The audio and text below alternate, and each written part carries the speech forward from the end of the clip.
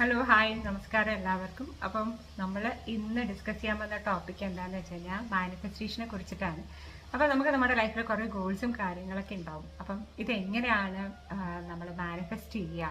അപ്പം അതിന് കുറേ സ്റ്റെപ്സ് ഉണ്ട്. ആ സ്റ്റെപ്സ് കൃത്യമായിട്ട് നിങ്ങൾ ഫോളോ ചെയ്യുകയാണെന്നുണ്ടെങ്കിൽ നിങ്ങൾക്ക് നിങ്ങളുടെ ലൈഫിൽ എന്താണ് ഗോള് അത് നിങ്ങൾക്ക് കൃത്യമായിട്ട് അച്ചീവ് ചെയ്യാൻ പറ്റും. അപ്പോൾ ഒരു ദിവസം ഒരു 70,000 തോട്ടുകളാണ് നമ്മുടെ മൈൻഡിലൂടെ പോകുന്നത്.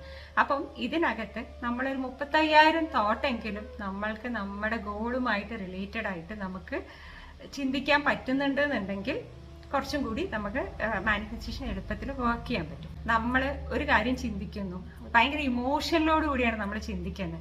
ഓക്കെ, ഇത് എന്താണ് സംഭവിക്കുന്നത് വെച്ച് കഴിഞ്ഞാൽ ഇതൊരു ഊർജ്ജമാണ്. ഇത് നേരെ പ്രപഞ്ചത്തിലോട്ട് പോകും. പ്രപഞ്ചത്തില് ഒരു സമാനമായിട്ടുള്ള ഒരു ഊർജ്ജമായിട്ട് കണക്റ്റഡ് ആവും. എന്നിട്ട് അത് നമുക്ക് തിരിച്ചു വരും. അതാണ് ലോസ് ഓഫ് അട്രാക്ഷൻ എന്ന് പറയുന്ന സംഭവം.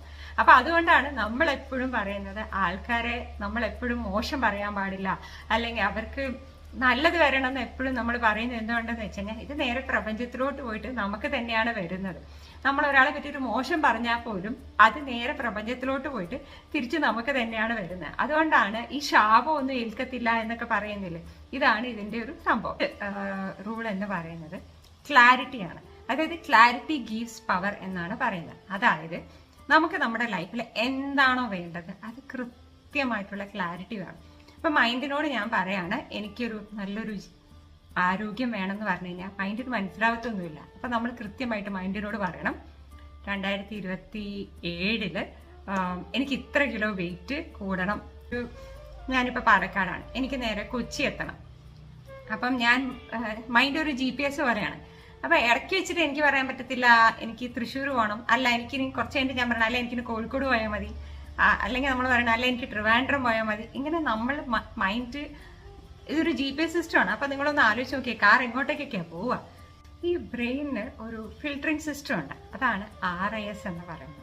ഫോർ എക്സാമ്പിൾ നമുക്ക് വേണ്ട കാര്യങ്ങൾ അത് കൃത്യമായിട്ട് ഹൈലൈറ്റ് ചെയ്യും. ഫോർ എക്സാമ്പിൾ എനിക്ക് ഇന്നൊരു കാർ വാങ്ങണം എന്നുണ്ടെന്നുണ്ടെങ്കിൽ ഞാൻ കാണുന്നത് മുഴുവൻ ആ കാറായിരിക്കും റോഡിൽ, വേറെ ഒന്നും കാണത്തില്ല.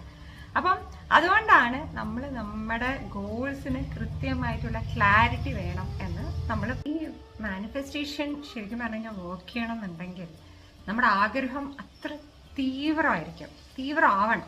എന്നാൽ മാത്രമേ മാനിഫെസ്റ്റേഷൻ വർക്ക് ചെയ്യൂ. നമുക്കത് കിട്ടിയേ തീരൂ, നമുക്കത് വേണം. അപ്പോഴാണ് ഏറ്റവും കൂടുതൽ വളരെ സ്പീഡായിട്ട് ഈ മാനിഫെസ്റ്റേഷൻ വർക്ക് ചെയ്യുന്നത്.